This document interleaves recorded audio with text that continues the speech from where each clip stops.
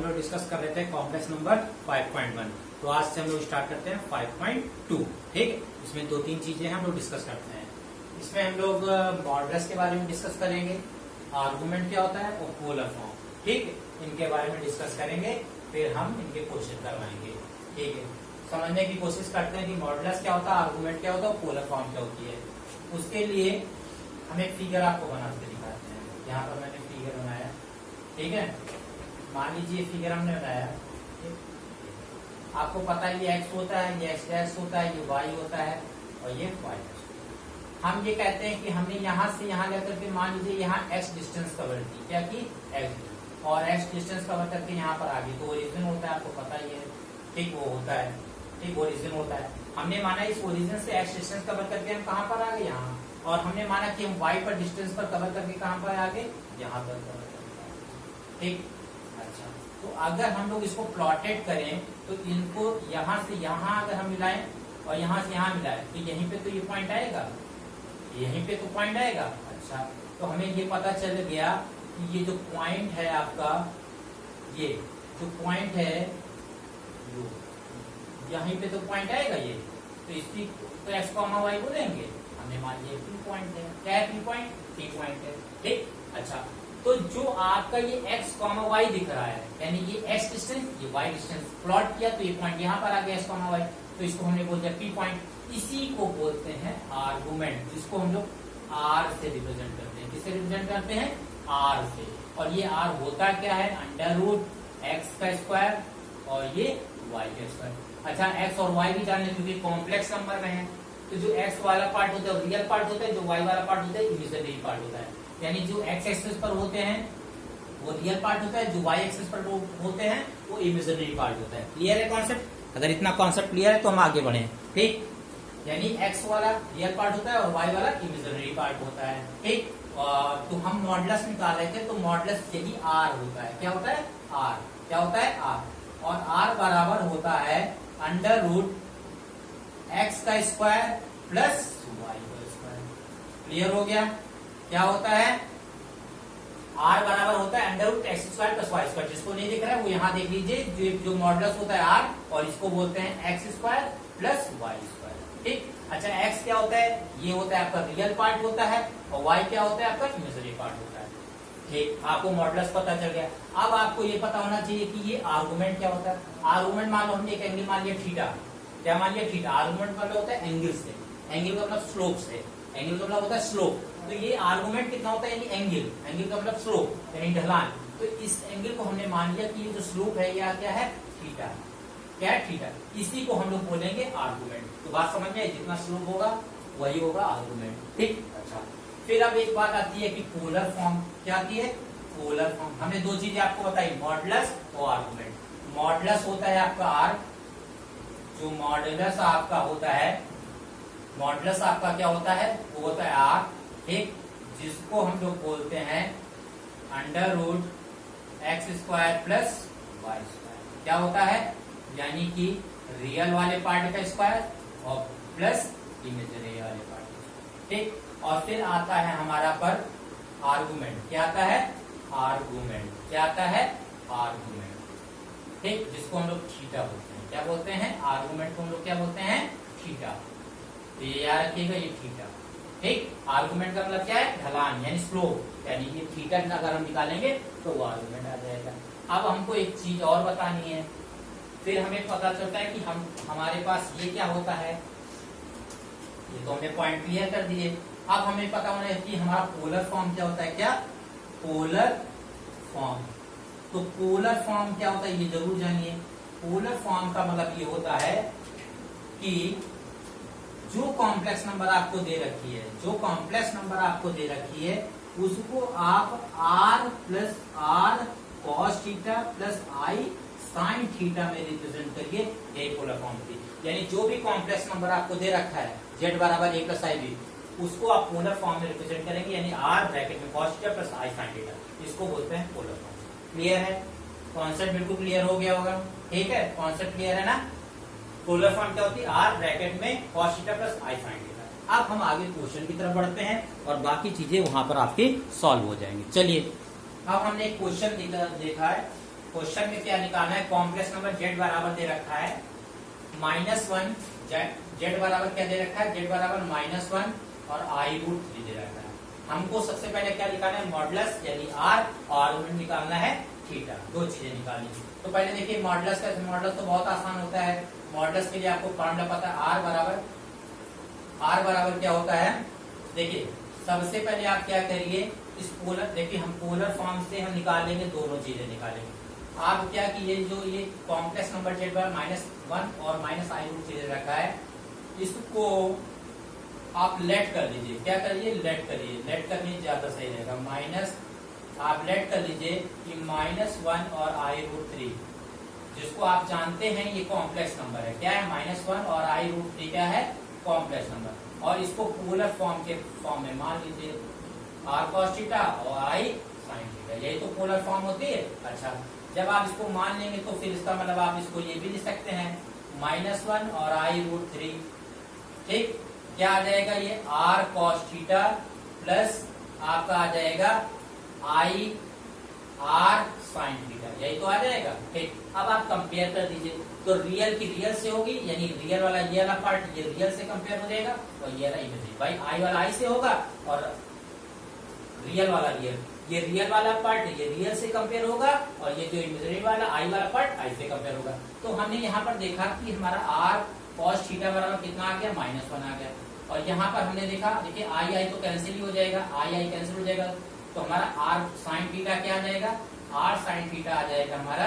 देखिए r cos theta आ गया -1, clear है। i और i कैंसिल हो गया, तो r sin थीटा कितना आ गया, -√3, क्लियर है, क्लियर है। इसको आप इक्वेशन 1 और 2 मान, क्लियर है। यानी हमने रियल को रियल से और इमेजिनरी को इमेजिनरी से कंपेयर कर दिया। तो हमने देखा कि r cos थीटा बराबर -1 और r sin थीटा बराबर -2। अब देखिए, अब आप क्या करिए, इक्वेशन 1 का स्क्वायर प्लस 2 का स्क्वायर कर लीजिए। क्या करिए, 1 का स्क्वायर प्लस 2 का स्क्वायर, तो 1 का स्क्वायर करेंगे तो कितना आ जाएगा, r cos थीटा का स्क्वायर यानी होगा, फिर प्लस लगा है सेकंड वाले का स्क्वायर, r sin थीटा का स्क्वायर हो जाएगा, फिर क्या हो जाएगा, -1 का स्क्वायर हो जाएगा, क्या हो जाएगा, -1 का स्क्वायर हो जाएगा, और प्लस क्या हो जाएगा, -√3 का स्क्वायर हो जाएगा। क्या हो जाएगा, उसको हम आगे लिख देंगे, क्या हो जाएगा, -√3 का स्क्वायर हो जाएगा। यहाँ पर हम डाल देते हैं पोलर फॉर्म, ये रफ हो गया था ना, पोलर फॉर्म, क्या पोलर फॉर्म। ठीक, तो ये हो गया। देखिए लेफ्ट का स्क्वायर और राइट का स्क्वायर। अच्छा, ये क्या आ जाएगा, r square cos square theta और r square sin square theta, ये कितना आ गया, ये 1 आ गया, ये आ गया आपका 3, तो r स्क्वायर इसमें कॉमन हो गया, तो क्या आ गया, cos square theta plus sin square theta, कितना आ गया, 4। और आपको पता होना चाहिए इसकी वैल्यू क्या होती है, 1। ठीक, तो r स्क्वायर बराबर कितना आ गया, 4, यानी r बराबर कितना आ गया भाई, इसका रूट निकालेंगे तो क्या आ जाएगा, इसका रूट निकालेंगे तो r बराबर √4, या हम कह सकते हैं r बराबर आ गया 2, कितना आ गया, 2। ठीक, अब इसका प्रश्न होता है, r तो आ गया आपका मॉडुलस। ठीक, अब आर्गुमेंट निकालना है। अब आर्गुमेंट होता है थीटा, क्या होता है, थीटा। अब देखिए इसको कैसे निकालेंगे, थीटा निकालने के लिए सबसे पहले आप एक चीज और जान लीजिए, फिर आप निकालिएगा। ठीक, नोट पॉइंट में लिखे देना है। ठीक, इसको नोट पॉइंट में कर लीजिएगा, नोट पॉइंट में। ठीक, नोट पॉइंट में हम लिख दे रहे हैं, जब थीटा निकालना हो तो सबसे पहले ये इसका यूज करिएगा। ठीक, आपको इसको पता होना चाहिए, यहाँ पर पॉजिटिव होता है, यहाँ पर निगेटिव पॉजिटिव होता है। क्या होता है, निगेटिव पॉजिटिव होता है।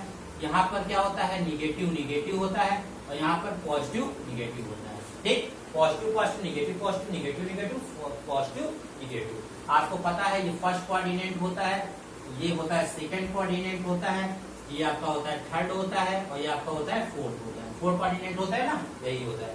अच्छा, याद करने का ढंग plus plus minus plus plus minus. तो इसको ध्यान रखिएगा, जब भी आपको थीटा निकालना हो तो अल्फा निकालना पड़ेगा। एक अल्फा एंगल हम मान लेते हैं, जब भी थीटा निकालना पड़ेगा, यानी आर्गुमेंट निकालना है थीटा, तो अल्फा निकालिए। उस अल्फा से होगा क्या, वो भी बताएंगे। अगर आपका फर्स्ट कोऑर्डिनेट में आ रहा है, फर्स्ट कोऑर्डिनेट में अभी बताएंगे, तो आप ध्यान रखिएगा, जो थीटा बराबर आपका होगा वो अल्फा होगा। क्या होगा, अच्छा, इसका अपोजिट अगर यहाँ पर कोई चीज आ रही है फोर्थ में तो थीटा बराबर माइनस अल्फा होगा, ध्यान रखिएगा। सेकंड में अगर आ रहा है तब आपका जो थीटा हो जाएगा वो पाई माइनस अल्फा होगा। क्या होगा? पाई माइनस अल्फा। और अगर थर्ड में आ रहा है तब ये थीटा हो जाएगा आपका, जब यहाँ पर जो थीटा हो जाएगा आपका हो जाएगा ब्रैकेट में पाई माइनस अल्फा। ये हो ध्यान रखिएगा, यहाँ पर हम हटा दे रहे हैं, ये ब्रैकेट यहाँ लगा दे रहे हैं। देखिए याद करने का, अगर फर्स्ट में आता है तो थीटा इक्वल टू अल्फा, अगर फोर्थ में आता है तो theta equal to minus alpha, अगर सेकंड में आता है तो theta equal to pi minus alpha, अगर यहाँ पर आता है तो माइनस और ब्रैकेट में पाई माइनस अल्फा। इन चीजों को ध्यान रखिएगा। अब इसका यूटिलाइज हम दिखाते हैं कि इसका यूटिलाइज हम लोग कैसे करेंगे। अच्छा, तो सबसे पहले हम अल्फा निकालें, फिर हमारा आर्गुमेंट निकल आएगा। अल्फा कैसे निकालेंगे? अल्फा देखिए, अल्फा निकालने के लिए अल्फा होता है आपका फॉर्मूला tan इनवर्स यहाँ निकाल देते हैं ज्यादा अच्छा है, ठीक है। ये भी एक क्वेश्चन लिख लेते हैं, 1 माइनस आई और पोलर फॉर्म इसको रख देंगे, ठीक है। देखिए यहाँ से इस क्वेश्चन को कंटिन्यू कर रहे हैं, ठीक। सबसे पहले क्या करते हैं? अल्फा निकालते हैं। तो अल्फा देखिए कैसे निकालेंगे। अल्फा के लिए फॉर्मूला जो आपका होता है, अल्फा बराबर होता है tan इनवर्स, क्या होता है? tan inverse y upon alpha, y upon alpha क्या होता है? Alpha equal to tan inverse y upon alpha होता है, ठीक। अच्छा, फिर अब देखिए, अब यहाँ पर देखिए, यहाँ पर एक मॉड लगा होता है, क्या होता है? y अपॉन x होता है, क्या होता है? y अपॉन x होता है। अच्छा, यहाँ देखिए tan इनवर्स, तो फिर ये y क्या होता है और x क्या होता है? यहाँ से आई है, z बराबर क्या है? -1 और i√3 है। अच्छा, ये x होता है, क्या होता है? जो आप ये -1 देख रहे हैं और जो आप ये -√3 देख रहे हैं, ठीक। तो ये आपका फिर से देखिए, जो z बराबर -1 देखा, बीच में आप प्लस लगा दीजिए और फिर आप लगा दीजिए यहाँ पर आई और यहाँ लगा लीजिए, ये तो वही बात है ना। तो ये जो आप देख रहे हैं z बराबर x प्लस आई वाई है, क्या है? x प्लस आई वाई है, ठीक। तो ये आपका x हो गया और ये आपका y, यानी हम कह सकते हैं कि जो रियल वाला पार्ट होगा वो x होगा, जो इमेजिनरी वाला पार्ट होगा वो आपका क्या होगा? y होगा। जो रियल वाला पार्ट होगा क्या होगा? x होगा, जो इमेजिनरी वाला पार्ट होगा y होगा। अब हम इससे यहीं से लगा सकते हैं, रियल कितना है हमारा? अब आपका फॉर्मूला y अपॉन x होता है, यानी इमेजिनरी वाला पार्ट अपॉन रियल। y का मतलब क्या है? y इमेजिनरी वाला है और x क्या है? रियल वाला। तो इमेजिनरी कितना है? साइन से लीजिएगा, -√3 कितना? -√3। x कितना है? -1।